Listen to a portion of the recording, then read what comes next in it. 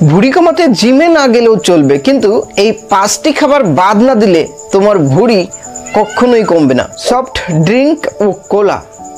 চিনি না, এটা লিকুইড ফ্যাট। 1 গ্লাসে প্রায় 7 চামচ চিনি থাকে। ভাবতে পারছো? পাউরুটি বা সাদা রুটি মুখে ঢোকে সহজেই, কিন্তু পেটে জমে যায় চিরতরে।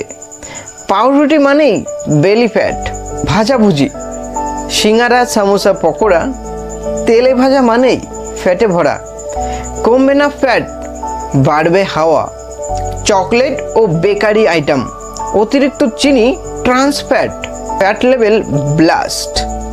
একটা কথা সবসময় মনে রাখবে, 0 প্যাকেট 0 ফ্যাট।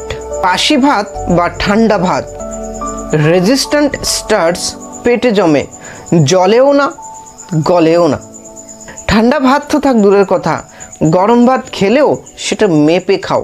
খাবার বদলাও, শরীর আপনাকে ভালোবাসবে।